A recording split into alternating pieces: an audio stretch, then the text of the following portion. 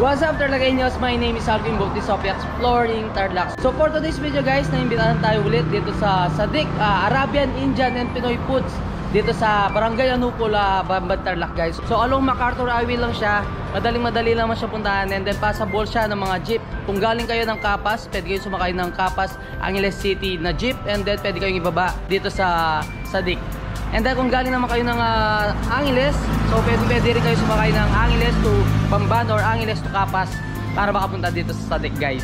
Tara Tarlagueños, samahan nyo ako, ituturo ko sa inyo kung paano puntahan to Sadik. SG! What's up Tarlagueños? So for today's video guys, pupuntahan natin yung bagong location ng Sadik. So Indian and Arabian foods na kung saan talagang napakasarap ng ino-offer nilang foods doon guys, no? Nung unang na-vlog natin sila guys is nakapesto sila sa may Dapdap, Bamban, Tarlac. So ngayon, ito na yung papuntang Tarlac City. So ito na yung Kantong Pag-asa or yung may stoplight dito sa Bamban, Tarlac. So from here, nasa 3 minutes lang naman yung layo ng bagong location ng Sadik. So ito na nga Tarlagueños, yung pinaka-landmark natin, itong stoplight dito sa Kantong Pag-asa. And then dire-diretso lang tayo. Nasa 1 to 3 minutes lang guys kung nakamotor kayo is mapupunta na natin itong Sadik. So Indian and Arabian food guys. So I'm so very excited kasi natikman ko na minsan yung mga ino-offer nilang foods. So later papakita ko sa inyo guys. Alam ko may mga bago silang ino-offer sa kanilang menu ngayon.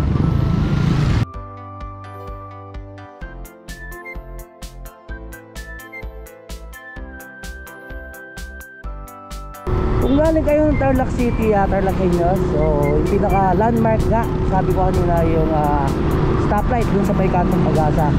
And then usap kayo ng konti, agad makikita nyo itong I Love Bamban. Ito sa guys. And then ayan, gasoline station ng Red Oil. So usap pa tayo ng konti guys, papupuntahan na natin itong Sadik. Kung galing naman kayo ng Pampanga, gusto nyo pumunta dito sa Sadik, pagkalagpas nyo ng tulay, so bago kayo makapunta dun sa gasoline station, ito na yung pinaka-Sadik.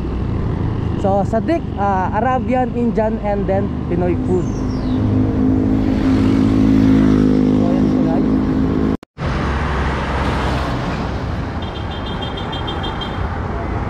Yun Tarlagueños, dito na tayo ulit dito sa Sadik, dito sa Barangay Anupol, Bamban, Tarlac. So open sila 10 AM until 10 PM, and then later papakita ko sa inyo kung ano ba yung ino-offer nilang food. Check muna natin ano ba yung itsura ng pinakaloob nila. Tara! Ito siya guys, no? Bali open area pa rin naman siya. Hindi siya kulob. So okay na okay kasi presko yung pinaka-area nila. Dito sa bungad may 4 silang lamesa. Ayan siya.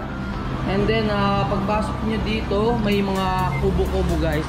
So may isang kubo dito, and then sa kabila, and then isa dito, isa doon, and then syempre may mga isang center table din naman dito. And then paggabi guys, nilalagay nila yung videoke dito. So dito sa area na to guys, dito na tayo magbablog. So ayan siya, yung foods natin.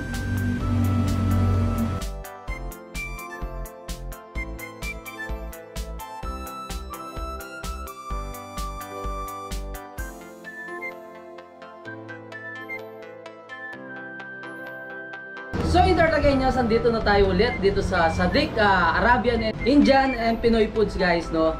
So ito na yung bagong location ng Sadik. So yung last natin kinover sa Dapdap, Bamban, Tarlac, na kung saan talaga nasarapan tayo sa ino-offer ng Indian, Arabian foods guys. And then yung Filipino food na ino-offer nila noon is isa lang. So good thing ngayon 2022 guys, meron na silang mga ino-offer na Pinoy foods, katulad nitong kalderetang kambing. So magkakaroon din sila ng beef caldereta. So ito naman yung mga ino-offer nilang Indian and Arabian foods. So ito yung buttered chicken nila guys. So beef vindaloo, and then meron din silang albay. Kung meron tayong chicken joy dito sa Pilipinas, so meron din naman sila sa Saudi Arabia guys. And then ito naman yung chicken kabsa. So natikman na natin siya nung last na cover natin. And then ito naman yung muton biryani guys. And then ito bago rin sa titikman natin itong samosa nila. And then ito yung chapati, and then ito yung hummus guys. And then syempre isa sa pinagmamalaki ng Sadik guys, itong Arabian shawarma nila. And syempre Tarlakeños no, nag-offer din ng mga refreshing drinks and then mga karakti itong Sadik. So ito yung natikman natin nung last guys, itong lassi nila or shake ng Sadik guys. So ngayon may kasama na siyang avocado and then ito naman yung pinaka-red tea nila. And then guys, no, kung gusto nyo mag-chill-chill lang at mag-relax, so pwede kayong mag-chill dito sa Sadik pagkatapos nyo kumain. So pwede kayong mag-order ng beer na naka-bucket, and then guys, available din yung pinaka-videoke nila dito kapag hapon na guys.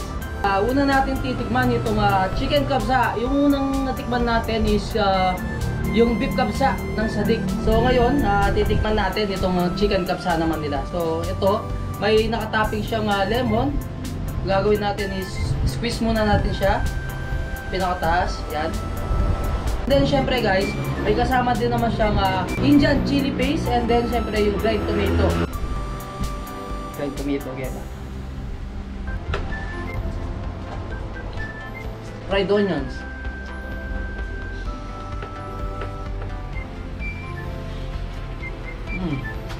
Ididip muna natin sa Indian chili paste. Actually, para sa akin, sobrang nito.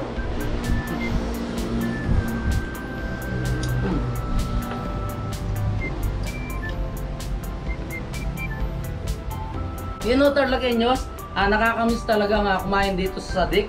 So, nung last na cover ko talagang gusto kong bumalik kaso medyo busy lang tayo. So, hindi pa rin nagbabago. Sobrang sarap nung kapsa nila. So, last nga, beef kapsa ngayon is chicken kapsa. Perfect na perfect guys na i-dip mo siya dito sa dried tomato. And then kung mahilig ka naman sa spicy, ito, meron silang Indian spicy paste. So apat siyang flavor no Tarlakeños. Meron siyang chicken kapsa, beef kapsa, and then mutton kapsa and fish kapsa. Kung ayaw nyo ng chicken, yun nga, marami kayong pagpipilian. So ito yung regular, and then may double siya, family and then group. So sa double guys, good for 2 packs. And then sa family is 4 packs, and then sa group guys, 6 packs siya. Yun Tarlakeños, kung nag-offer nga ng Indian and then Arabian foods itong Sadik. So ito, pinagmamalaki na lang Pinoy foods ngayong 2022 guys. So titikman na natin itong kalderetang kambing. So kuha tayong kanin. So titikman na natin guys.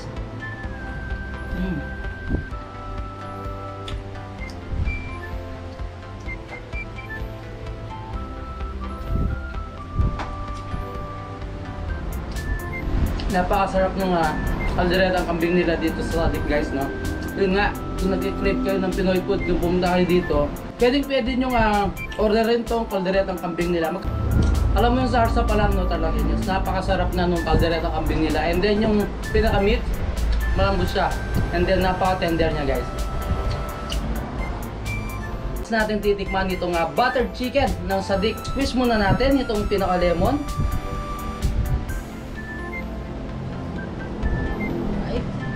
And then try natin. So itong butter chicken nila no Tarlakeños, meron siyang kasamang parota. So iba pa yung kubos dito sa parota nila guys, no. So kuha tayo konti. So kuha tayo guys. Tikman natin.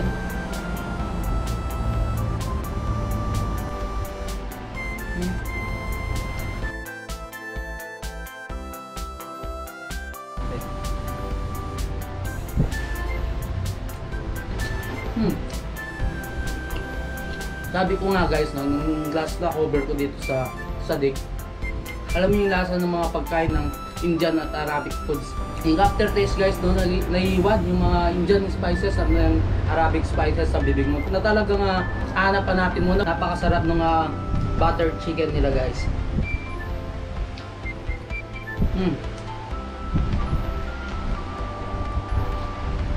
Yung parota no Tarlakeños, usually sa Saudi Arabia guys, so ito yung pinaka-almusal nila. So kukuha ka nga lang doon sa mismong sarsa, or pwede mo siya lagyan ng buttered chicken. And then kapag gusto niyo na mag-lunch and then dinner, so pwede nyo samahan siya ng basmati rice.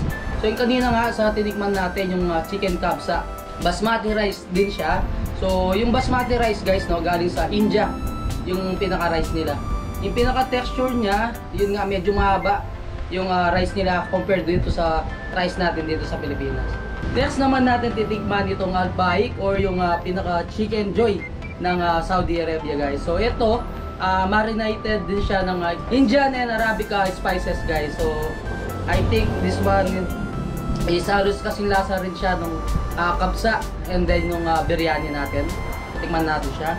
And then may dalawa pala siyang dip sauce, no? Ito yung ketchup and then dito yung garlic mayo. So, idip muna natin dito sa garlic mayo.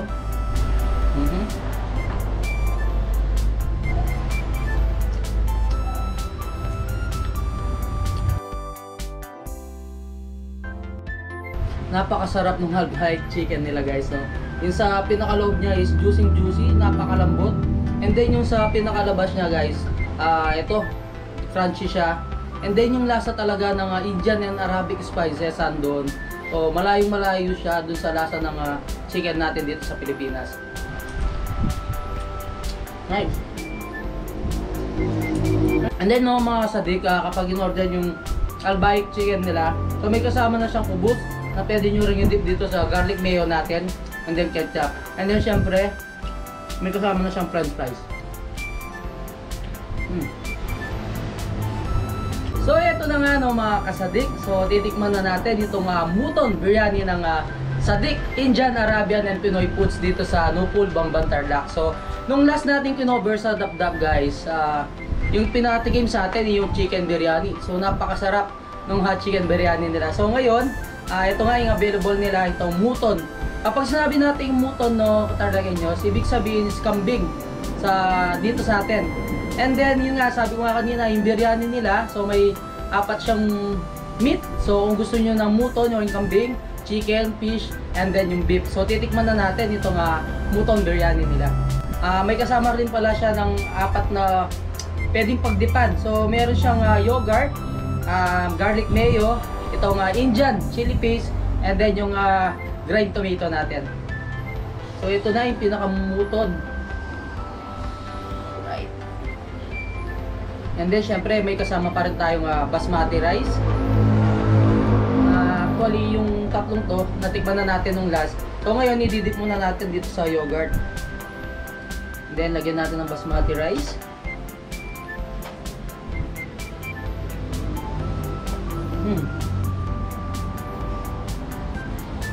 Same pa rin no Tarlaceños nung last natin natikman yung chicken biryani. So andun pa rin yung Indian and Arabic spices. Kasi itong mga meat nila is minamarinate ng Indian spices. Kaya yung lasa niya guys, andun pa rin talaga yung aftertaste. Napakasarap guys. Lalo na pag didip mo dito sa yogurt, kung medyo gusto mo ng medyo maasim na flavor, so pwede ka dito. Spicy, meron din silang Indian spicy paste, and then yung grind tomato, and then yung garlic mayonnaise nila guys. So yun guys, no, isa sa mga excited kong tikman itong beef vindaloo nila. Sabi nga ni Sir Alvic kanina is spicy siya, and then may kasama na rin siyang kubos. And then syempre hindi mawawala dyan yung basmati rice natin. Kukuha tayong basmati rice.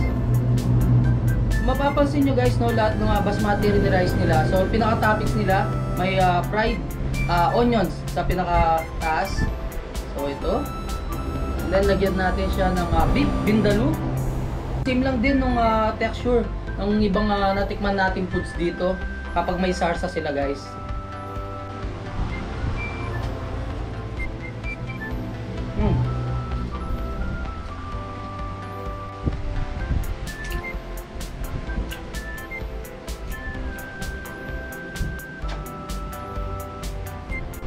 Napakasarap ng beef vindaloo nila no Tarlaceños.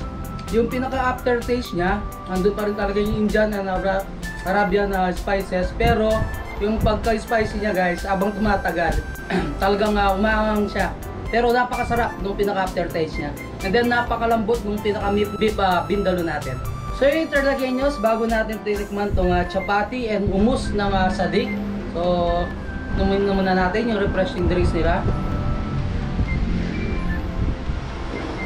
So ito guys, no, napakasarap nung pinaka-rated nila dito sa Sadik. So available din sa kanila guys yung blue lemonade.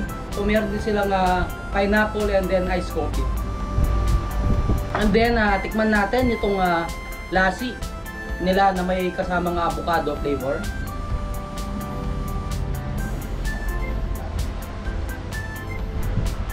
Dito guys, no, nalalasaan mo yung flavor ng avocado, pero andun pa rin yung lasa ng pinaka-yogurt. Talagang napakasarap ng pinaka-lassi ng sadik guys. So ito, masarap ipares dito sa mga foods ng sadik guys. So ito yung tinatawag nilang karakti. Inalo dito yung cinnamon stick and then syempre yung red tea.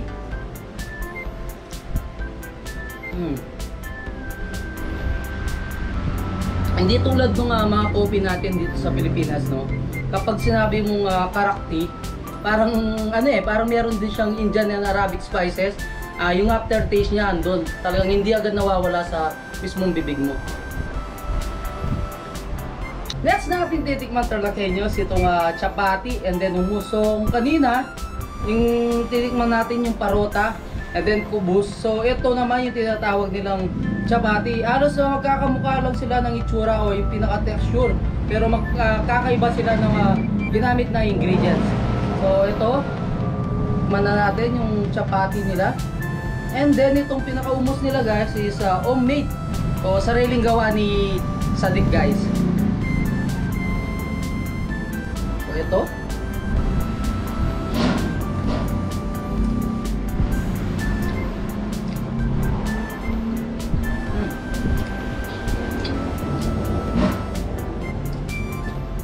Itong chapati and then hummus nila guys, no, kung siguro galing kayo sa Saudi Arabia, yun, masasanay ka dun sa pinakalasa niya.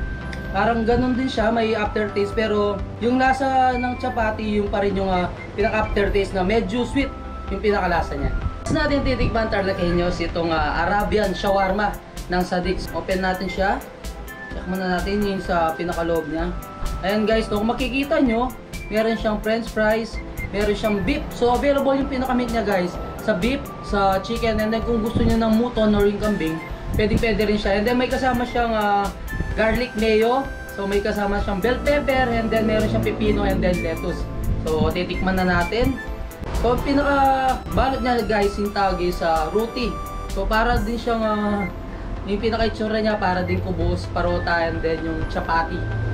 So ito, roti. So, tikman na natin siya.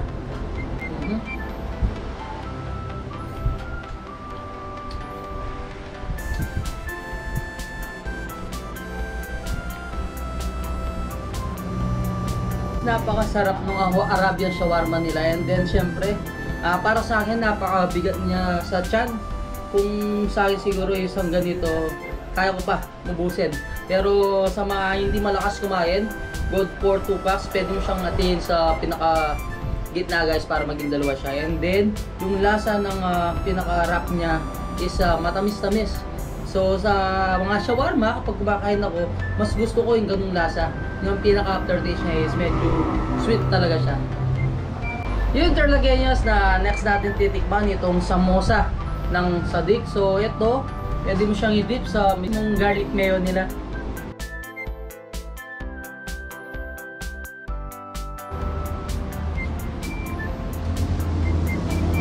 Ito yung pinakaloob niya guys. So may green peas siya, tsaka patatas sa pinakaloob. Same din no sa samosa guys, yung parang pinaka-alternate doon sa pinaka-meat niya yung patatas. And then meron siyang Indian spices sa pinakaloob. Halos same din yung pinakalasa niya sa mga natikman natin na foods ng Sadik guys. Siyempre yung Indian spices. So sabi nga ni Sir Albic kanina, yung samosa isa inahain lang siya kapag Ramadan. Kumbaga ito yung pinaka main dish nila kapag Ramadan guys, kasi bawal yung mix sa kanila. So yun talaga yun, bali natikman na natin lahat yung Indian and then Arabian and then Pinoy foods ng Sadik guys. So Sadik guys, so inulit ko, yung Sadik is salitang Arabic, so ibig sabihin is kaibigan. So yun, sa lahat ng galing ng Middle East dyan na nagkikrave ng mga Indian and then Arabic foods, pwede kayong pumunta dito sa Sadik. Later Lagueñas, no, open for delivery din naman itong Sadik. So yun, mag-PM lang kayo sa mismong Facebook page nila, and then kung gusto nyong magpa-reserve guys, so pwede kayong magpa-reserve, tawag lang kayo para pagdating nyo dito is yun, pwede na nilang i-prepare yung foods na gusto nyong kainin. Yun no, Tarlakeños, good news. So yung Sadik guys, nag-offer din sila ng catering. Kung gusto nyo magpesto mismo dito sa pinaka-place nila, so pinaka ma-accommodate nila is 150 packs. Hanggang dito na lang. Don't forget to subscribe, like, comment, and click the notification bell para updated kayo sa lahat ng videos ko. And then syempre Tarlakeños, huwag nyong kalimutang i-share itong video to para malaman ng ating Tarlakeños dyan na merong ganitong kasarap na kainan dito sa Bamba Tarlac na nag-offer ng mga Arabic and then Indian foods, and then syempre hindi mawawala dyan yung mga Pinoy foods ng Sadik. Until our next vlog, peace out!